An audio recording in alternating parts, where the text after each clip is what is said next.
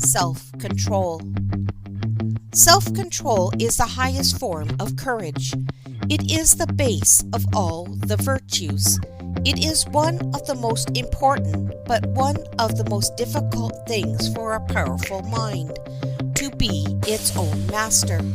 If he reigns within himself and rules passions, desires, and fears, he is more than a king.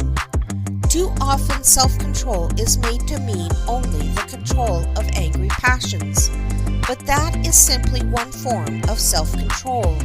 In another, a higher and more complete sense, it means the control over all the passions, appetites, and impulses. True wisdom ever seeks to restrain one from blindly following his own impulses and appetites, even those who are moral and intellectual, as well as those which are animal and sensual. In the supremacy of self-control consists one of the perfections of the ideal man. Not to be impulsive, not to be spurred hither and thither by each desire that in turn comes uppermost, but to be self-restrained, self-balanced, governed by the joint decision of the feelings in council assembled, before whom every action shall have been fully debated and calmly determined. This is true strength and wisdom. Mankind are endowed by the Creator with qualities which raise them infinitely higher in the scale of importance than any other members of the animal world. They are given reason as a guide to follow rather than instinct. But if men give the reins to their impulses and passions, from that moment they surrender this high prerogative. They are carried along the current of their life and become the slaves of the strongest desires for the time being. To be morally free, to be more than an animal, man must be able to resist instinctive impulses. This can only be done by the exercise of self-control. Thus it is this power that constitutes the real distinction between a physical and a moral life, and that forms the primary basis of individual character. 9/10 of the vicious desires that degrade society and the crimes that disgrace it would shrink into insignificance before the advance of valiant self-discipline, self-respect, and self-control. It is necessary to one's personal happiness to exercise control over his words as well as his acts, for there are words that strike even harder than blows, and men may speak daggers even though they use none. Character exhibits itself in control of speech as much as in anything else. The wise and forbearant man will restrain his desire to say a smart or severe thing at the expense of another's feelings, while the fool speaks out what he thinks and will sacrifice his friend rather than his joke. There are men who are headlong in their language as in their actions because of the want of forbearance and self-restraining patience. Government is at the bottom of all progress. The state or nation that has the best government progresses most. So the individual who governs best himself makes the most rapid progress. The native energies of the human soul presses it to activity.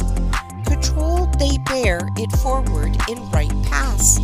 Uncontrolled, they urge it on to probable destruction. No man is free who has not the command over himself, but allows his appetites or his temper to control him, and to triumph over these is of all conquests the most glorious. He who is enslaved to his passions is worse governed than Athens was by her 30 tyrants. He who indulges his sense in any excess renders himself obnoxious to his own reason. and to gratify the brute in him displeases the man and sets his two natures at variance. We ought not to sacrifice the sentiments of the soul to gratify the appetites of the body. Passions are excellent servants, and when properly trained and disciplined, are capable of being applied to noble purposes. But when allowed to become masters, they are dangerous in the extreme. To resist strong impulses, to subdue powerful passions, to silence the voice of vehement desire, is a strong and noble virtue, and the virtue rises in height, beauty, and grandeur in proportion to the strength of the impulses subdued. True virtue is not always visible to the gaze of the world.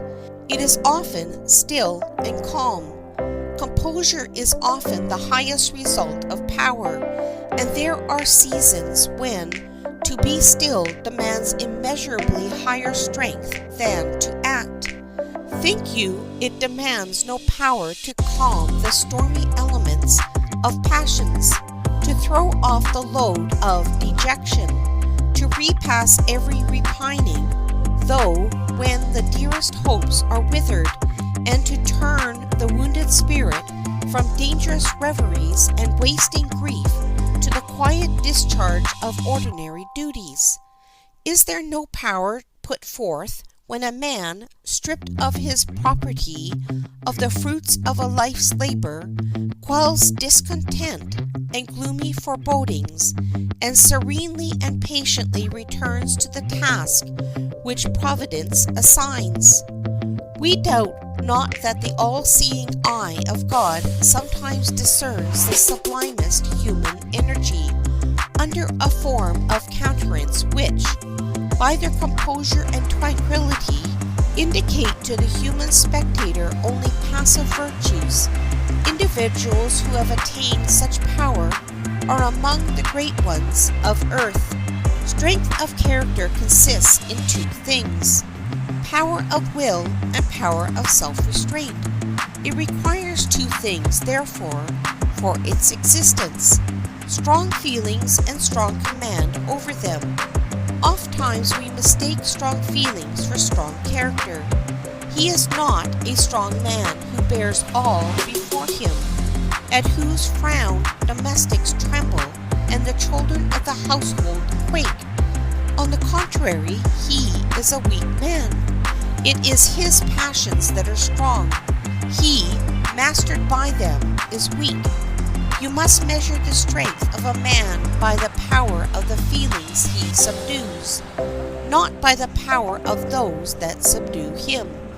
Did we ever see a man receive a flagrant injury, and then reply calmly, "That is a man spiritually strong"? Or did we ever see a man in anguish stand as if carved out of solid rock, mastering himself, or one bearing a hopeless daily trial, remain silent and never tell the world what cankered his peace? That is strength. He who with strong passions remains chaste, he who, keenly sensitive, with many powers of indignation in him, can be provoked and yet restrain himself and forgive. These are strong men, the spiritual heroes. A strong temper is not necessarily a bad temper, but the stronger the temper, the greater is the need of self-discipline and self-control. Strong temper may only mean a strong and excitable will. Uncontrolled, it displays itself in fitful outbreaks of passion, but controlled and held in subjection, like steam pent up within the mechanism of a steam engine, it becomes the source of energetic power and usefulness.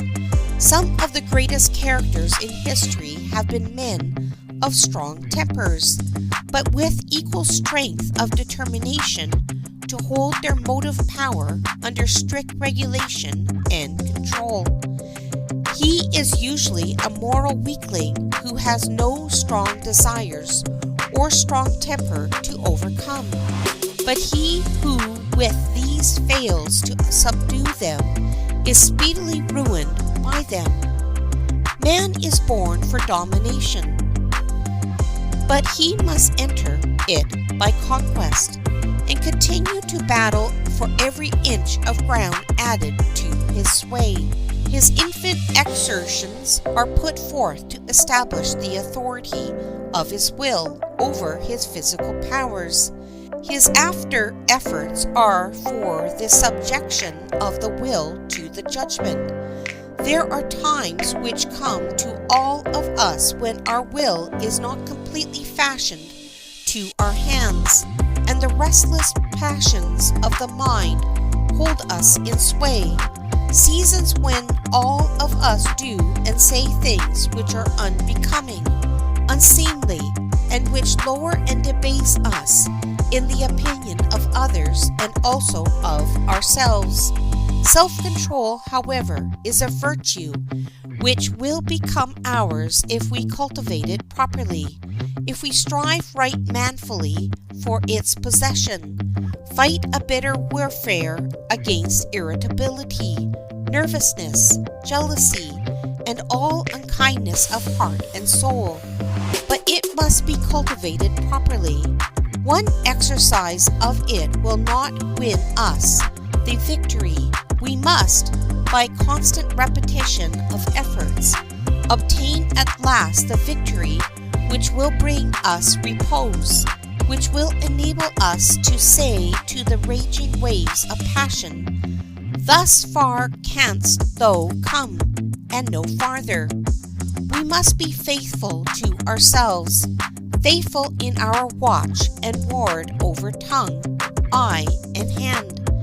It is only by so doing that man comes to the full development of its powers.